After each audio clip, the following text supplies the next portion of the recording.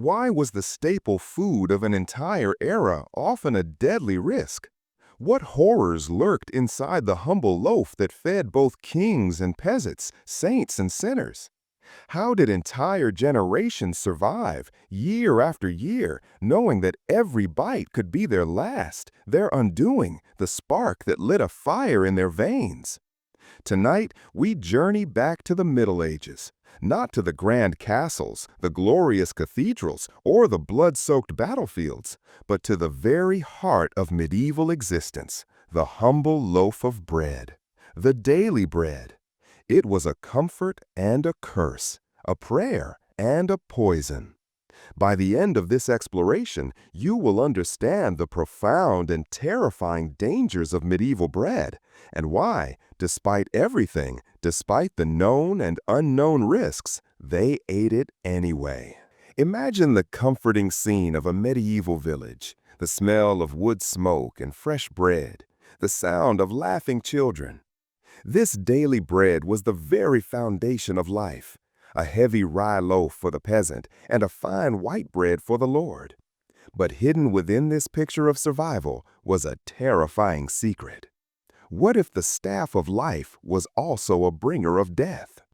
In the damp fields where hardy rye grew, a sinister fungus called ergot thrived. In wet years, it would infect the grain, turning kernels into black, waxy poisons. Yet, faced with an impossible choice, people harvested it anyway. Why? Because the terror of a mysterious illness was no match for the immediate gnawing pain of starvation. To discard the tainted grain meant certain death for their families. And so, the poison was harvested with the crop, ground into the flour, and baked into the heart of their daily bread, turning every single meal into a deadly gamble. Imagine stepping into the year 994 CE, into the life of a peasant woman named Marta. Her family is starving, and the only rye she has is clearly diseased. She's heard the terrifying whispers from other villages, stories of a holy fire that burns from within, of a madness that brings visions of devils, of limbs that turn black and simply fall off. Yet, the sound of her children crying from hunger is a more immediate and powerful reality. What choice does she have? Faced with certain death from starvation or a terrible gamble with the tainted grain, she makes the only choice a mother can. She bakes the bread. That winter, the whispers become a horrifying reality. A plague sweeps the land, bringing excruciating, burning pain that feels like being roasted alive. Limbs turn black and mummified. Others are thrown into violent, twisting convulsions, plagued by terrifying hallucinations. Lacking any scientific understanding, they call it St. Anthony's fire, believing it to be a punishment from God. This wasn't just a grim tale of poison. It was a profound story of human choice, of people who, faced with impossible odds, chose to risk a horrifying death for the chance to live another day. For centuries, the cause of St. Anthony's fire was a horrifying mystery. Though the culprit, a dark, twisted fungus visible on the rye grain, was hidden in plain sight, a starving populace could never afford to simply throw food away. This poison, known as ergotism, unleashed two forms of terror. The first was a gangrenous fire, caused by compounds that constricted blood vessels, literally starving limbs of blood until they burned with pain, turned black, and fell off. The second form attacked the mind, with alkaloids related to LSD causing violent, agonizing convulsions and terrifying hallucinations, often leading to victims being accused of witchcraft or demonic possession. This plague created a brutal class divide. The wealthy, who ate bread from safer wheat, were spared, making ergotism a disease of the poor. An order of monks, the Hospitallers of St. Anthony, found an unwitting cure by feeding victims clean grain, a success they attributed to miracles. Yet for most, the deadly chain, from field to mill to oven, remained unbroken, turning the staff of life into a conveyor belt of suffering and making every loaf a matter of fate. To understand the depth of this crisis, we must look at the lives it touched, the individuals caught in its web. The noble's ignorance. Picture Sir Geoffrey, a minor but proud noble in 12th century England. He sits at the head of his heavy oak table, the firelight gleaming off his silver goblet. He breaks a loaf of fine white manchet bread, its soft crumb a world away from the gritty black bread of the village below. He hears rumors, of course, delivered by his steward. A sickness is sweeping through the peasant cottages. People are complaining of fire in their limbs, some have blackened hands, and the children are screaming in the night. He shrugs, tearing off a piece of bread. They are a superstitious and careless lot, he says to his wife. They eat what they should not. God punishes them for their sins. He does not know or care to know that in years of widespread famine, even the finest flour from the manorial mill may be bulked out with cheaper, tainted rye. One winter, his own beloved son falls violently ill after eating bread at a neighboring lord's feast. The pain is swift, the convulsions terrifying, the cause invisible. For the first time, a crack appears in Sir Geoffrey's armor of arrogance.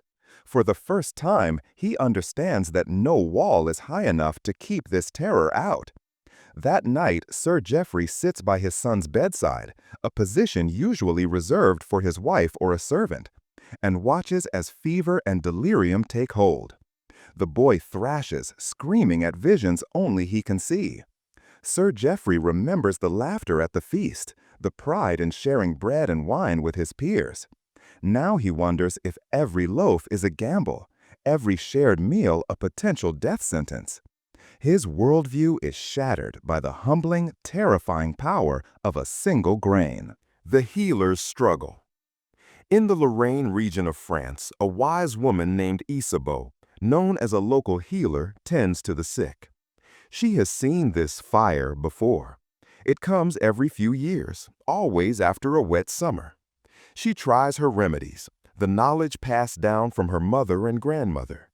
Cool poultices of dock leaves to soothe the burning skin, willow bark tea to quell the fever, whispered prayers and the careful placement of relics of St. Anthony. Sometimes, in mild cases, the patient recovers and her reputation grows.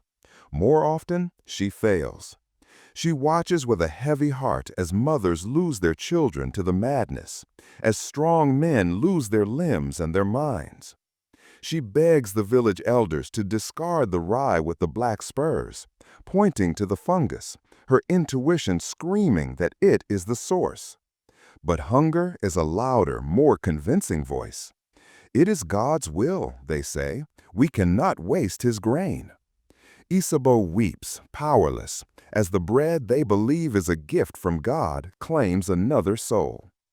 In a secret journal, bound in worn leather, she keeps a record, sketching the blackened rye kernels and noting the patterns, the outbreaks after wet summers, the clusters of sickness in the poorest homes that rely solely on rye. She is a scientist without the language or tools of science, a detective whose conclusions no one is prepared to hear. She wonders if anyone will ever listen, if anyone will ever learn. The Baker's Dilemma. In the bustling, crowded city of London in 1327, a baker named John is dragged before the mayor. He stands accused of violating the assize of bread and ale, the strict law regulating the weight, quality, and price of bread. The punishments are severe and humiliating. A hefty fine, or worse, being dragged through the muddy streets on a wooden hurdle with the offending underweight loaf tied around his neck for all to mock. But John's flour is poor this season, shipped in from the countryside, and his profits are razor thin. He knows some of his grain is tainted. He can smell the faint, musty odor and has seen the dark particles in the flour. But what choice does he have? If he discards it, his own wife and children will starve. If he sells it, the families of his customers may suffer. He is caught in an impossible ethical trap. He chooses survival, the same choice being made by millions across the continent. John returns to his small, hot bakery, the mayor a warning ringing in his ears, his soul haunted by guilt. That evening, he watches his own young daughter bite into a slice of the very bread he has baked, a dark, heavy loaf he couldn't afford to waste. He watches her with a knot of terror in his stomach, wondering if he has just condemned his own blood. He dreams of golden wheat fields, of clean harvests, of safer days, of a time when bread brings only comfort. Society and the bread chain. Bread was far more than food. It was a mirror of medieval society, reflecting its hierarchies, its laws, and its deepest anxieties. The assize of bread, first enacted in England in 1266, but with precedent stretching back further, was a landmark piece of consumer protection. It linked the price of a loaf directly to the price of grain and set standards for weight and quality. Bakers who cheated their customers by selling underweight loaves or adulterating their flour with sand or chalk faced public humiliation and severe fines. Yet, these laws were designed to combat human fraud, not fungal poison. The assize could punish a baker for a light loaf, but it was blind to the invisible threat of ergot alkaloids. The law could not control the weather, the harvest, or the silent fungus. Bakers' guilds, powerful institutions in towns and cities, also enforced their own rules of quality, jealously guarding their craft and reputation. Bakers were required to mark their loaves with a personal stamp, a signature in dough. This was a promise of quality, an early form of branding and accountability. But in bad years, it could also be a mark of unwitting doom. The communal oven was often the social heart of the village. Few peasants could afford their own ovens, so families would bring their kneaded dough to a central, often lord-owned oven to be baked for a small fee or a portion of the bread. This was a place of gossip, community, and shared warmth. But it also inadvertently became a vector for spreading risk. If one family's dough was made from contaminated flour, the baker, handling loaf after loaf, could potentially cross-contaminate others. When sickness struck, suspicion would ripple through the community, fracturing the trust that held it together. Was it the baker? The miller, who was notoriously stereotyped as a cheat? Was it a neighbor who harbored a grudge and had placed a curse? The fear frayed social bonds, even as the shared hardship of hunger united them. The ripple effect, bread and history. Ergotism did not just kill individuals and terrorize villages. It may have profoundly changed the course of history. Its effects on the human mind, the hysteria, hallucinations, and irrational behavior have led some modern historians to posit it as a biological catalyst for major social upheavals.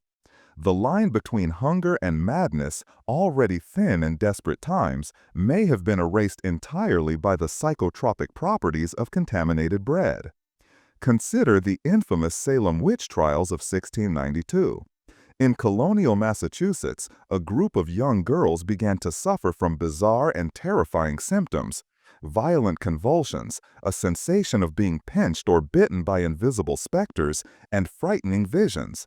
Their affliction sparked a wave of mass hysteria that led to the accusation of over 200 people of witchcraft and the execution of 20.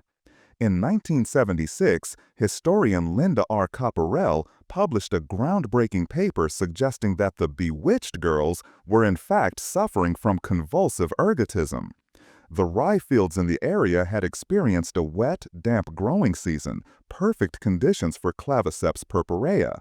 The symptoms described in the court transcripts, the spasms, contortions, and hallucinations, map almost perfectly onto the clinical description of convulsive ergotism. Could a fungus in the daily bread have been the true culprit behind the tragic events at Salem? Let us turn our gaze to France in the summer of 1789. On the eve of the French Revolution, the countryside was gripped by a phenomenon known as the Great Fear, La Grande Peur. Waves of inexplicable panic and paranoia swept through rural communities. Peasants, already on edge from years of poor harvests and political instability, took up arms against their lords, driven by rumors of aristocratic plots and invading brigands. Entire regions were consumed by hysteria. Historians have long pointed to hunger and political anxiety, but some, like Mary Matassian, have argued that ergotism, following poor grain harvests, could have been a contributing physiological factor, turning widespread anxiety into active, violent paranoia. Was the madness that fueled the revolution baked into the very bread the peasants rioted for? The story of Ergot is the story of Europe's long and arduous struggle with nature, with the limits of its own knowledge, and with the basic requirements of survival. It is a haunting history written in blood and bread, and fire and fear, a reminder that the great events of history can sometimes be influenced by the smallest of organisms. For century upon agonizing century, St. Anthony's fire was a supernatural event, a divine curse. The slow, painstaking shift from superstitious fear to scientific understanding took hundreds of years. It wasn't until the late 16th century that a few forward-thinking physicians began to seriously suspect the blackened rye. In 1596, a German doctor, Wendelin Thelius, was one of the first to formally publish the theory, making a direct causal link between consuming ergot-infected rye and the outbreak of the disease. The solution he proposed was logical, simple, but also profoundly cruel in the context of the time. Discard all the tainted grain. In a world where every single kernel stood between a family and starvation, this was advice that was almost impossible to follow. The breakthrough of the Hospitallers of St. Anthony providing clean grain was a crucial step, even if the underlying mechanism wasn't understood.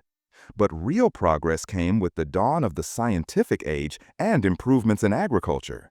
In the 18th and 19th centuries, researchers, most notably the French botanist Louis-René Toullasne in 1853, finally isolated and definitively described the full life cycle of the Claviceps purpurea fungus. With this knowledge, effective prevention became possible. Agricultural practices slowly began to change. Farmers learned that deeper plowing could bury the ergot sclerosa, preventing them from releasing their spores. The practice of crop rotation helped to break the fungus's life cycle. Better drainage systems in fields created less favorable conditions for fungal growth. Finally, the introduction of seed cleaning techniques, where grain was passed through sieves or brine solutions, the healthy grains would sink while the lighter ergot bodies would float, allowed for the removal of the poison before it ever reached the mill. These lessons, however, were hard-won, paid for with an incalculable currency of human suffering over nearly a millennium. Today, ergotism is extremely rare in the human population. Modern agriculture, with its fungicides, rigorous inspection standards, and advanced milling processes, has largely tamed the fungus. But the threat has not vanished entirely. It is merely managed. Outbreaks still occur in livestock, and the memory of the fire remains, a warning etched deep into the collective soul of Europe. The lessons of the loaf. And in that moment of dawning comprehension, the villagers, the healers, the nobles, the bakers, they realized over centuries of pain that their bread was not just food, but a potential silent killer. Yet, they ate it anyway. They ate it because hunger is relentless, a beast that cannot be reasoned with. They ate it because hope is stubborn, an unquenchable human instinct. They ate it because to live is to risk, and to risk is to be human. Bread was the absolute heart of medieval life, its greatest comfort and its most terrifying curse. It fed the hungry, giving them the strength to work the fields and raise their children, but sometimes it demanded a terrible price. The story of medieval bread is not just about poison.